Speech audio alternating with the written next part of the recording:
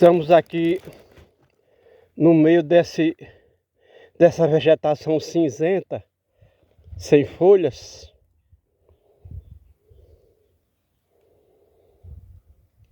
Numa área de cerrado, o verdadeiro cerrado brasileiro, no agreste do Nordeste. A gente vê que tem uma planta a nível de arbusto e árvore aqui para cada 4 metros quadrados. É grande a quantidade, mas só que é uma única planta. Chama-se jurema. Então a jurema é uma leguminosa, é uma árvore de grande porte. Isso aqui tudo foi mantido nu, desmatado durante 40 a 60 anos. E o desmatado aqui significa dizer que foi eliminada uma cobertura vegetal de 6.000 metros cúbicos de massa vegetal por hectare.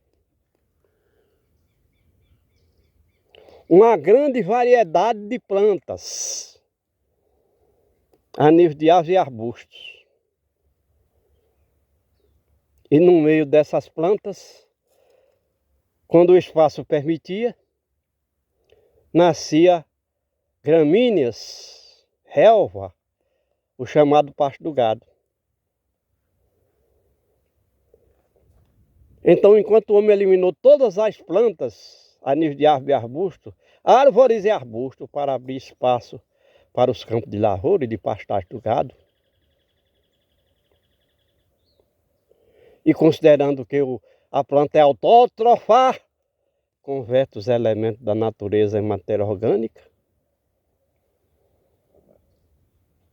a planta é absolutamente comprometida com o equilíbrio do clima. Então o homem foi mantendo toda essa área nua, sem vegetação, e o clima foi ficando doidão.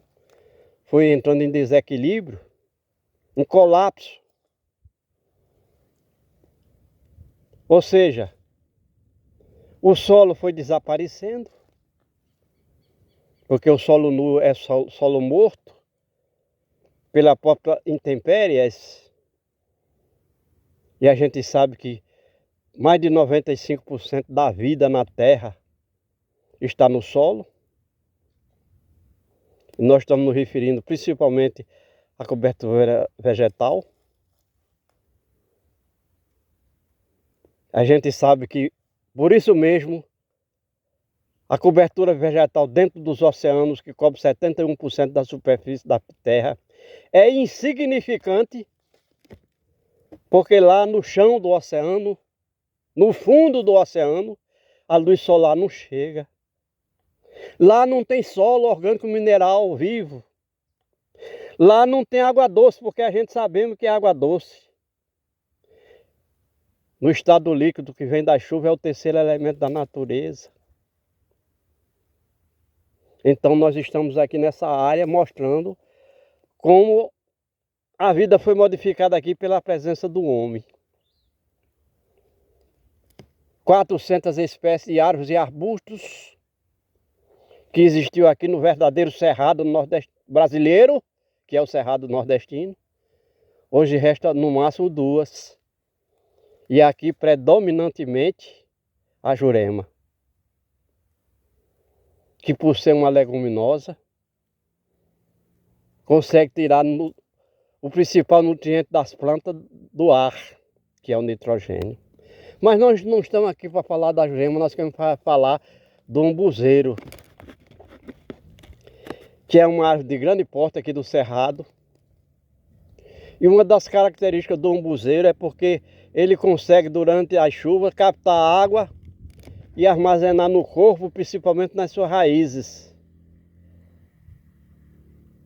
São verdadeiros tubérculos.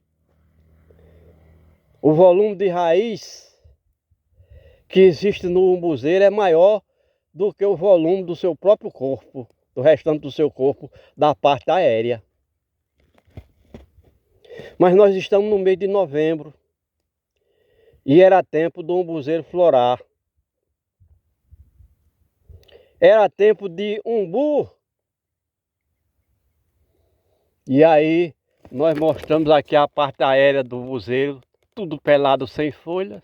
E de repente, aí estão flores. Como é que esse umbuzeiro conseguiu botar flores sem ter folhas? Se a flor é uma folha modificada segundo a lei da botânica, o umbuzeiro então tem, vamos dizer assim, esses recursos de contrariar até a lei que o homem entendeu como sendo verdadeira, de que a planta não teria flores se não tivesse folhas. E aqui está um umbuzeiro com flores, o que para nós que somos aqui da área é absolutamente estranho. Quer dizer que chegou o tempo do umbuzeiro florar, que é o principal elemento da reprodução para criar um umbu, a semente, que é o sistema de reprodução. Mesmo não tendo água suficiente para tirar do solo por intermédio de sua raiz e armazenar água bastante no corpo, para poder chegar nesse momento suprido de água para se reproduzir, ele assim mesmo não tendo capacidade, recursos para criar folhas, está florido, um pouco florido. Certamente não é naquela mesma quantidade de flores que teria se o umbuzeiro estivesse suprido de água, porque a gente sabe que a água é o principal elemento da vida. E aqui fora dos oceanos nós somos seres vivos de água doce. Água doce. E como faltou água doce no chão, e se alguém disser que foi porque a chuva foi pouca, não é verdade. Porque aqui choveu a média, que é de 450 milímetros por ano. Só que isso aconteceu durante 150 dias. Vinha uma chuva hoje, passava 15 dias para poder chegar outra chuva. Quando a segunda chuva chegava, a água da primeira já tinha desaparecido. Num tempo insuficiente para que as plantas colhessem essa água do chão por intermédio da raiz, no caso o umbuzeiro. E o umbuzeiro não foi suprido. E está aqui o gato. O que será que esse gato veio fazer aqui? Pelo menos lagartixa não tem mais. Mas está usando aqui o umbuzeiro. Subiu nesse galho. Está aí provavelmente sadio. Mas para ele está abrigado, além de estar deitado aí, dormindo, descansando. O umbuzeiro então seria a sua casa e a sua proteção, porque alguns animais que iriam perseguir o gato, no caso o cachorro, não consegue escalar a árvore. Então o gato está se sentindo protegido e a gente vê que um trabalho de educação ambiental ele tem que abranger todas as formas de conhecimento humano. E de repente nós vamos voltar a nossa cama aqui. Quando a lama virou pedra e mandacaru secou, e a ribação de sede bateu asa e voou. A ribação é uma ave que, segundo consta, habita a chamada Ilha das Cobras, que fica no estado de São Paulo. E como as cobras normalmente comem os ovos da ribação, quando a ribação descobre que tem plantas vivas, alimentos aqui no Nordeste, ela corre para cá, voa, para fazer a sua postura. E aqui, o homem nordestino caça a ribação com tiro de espingarda, mas também à noite, enquanto as árvores de arribação estão nos galhos das plantas desfolhadas, embora ela faça seu ninho no chão, ela dorme normalmente quando não tem o ninho, nas árvores e arbustos desfolhados aqui do Nordeste. E o homem vem com um facho de luz, no caso uma lamparina a querosene, e um pedaço de pau. E como as arribações estão muito baixas nas árvores pequenas,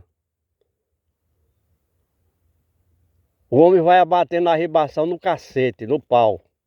Mas também existe quem faça esse facheio, essa caça de arribação à noite, com a lanterna presa, a bateria presa no cano, que ilumina a árvore e o homem alveja então a arribação com a espingarda, com um tiro de espingarda. Enquanto aqui nós esperávamos, nessa época, encontrar a arribação, encontramos um gato aqui que não parece doente. Então, ao mesmo tempo, nós fomos buscar tudo o que nos parece aqui diferentes por conta das agressões ambientais que o homem vem fazendo ao longo de 300 anos nessa área. O mandacaru secou, o umbuzeiro botou flores em plena seca, mas em pequena quantidade, provavelmente não vai se converter em grãos, ou seja, em umbu, que é uma fruta bastante apreciada aqui por todos os animais, inclusive para os animais carnívoros e também pelo homem.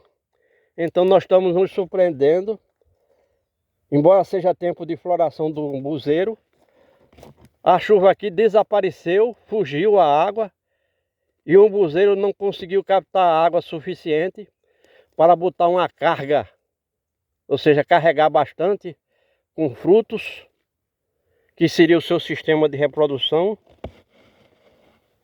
E aqui estão as flores do umbuzeiro. Pelo menos algumas abelhas vão se beneficiar com a presença dessa flor.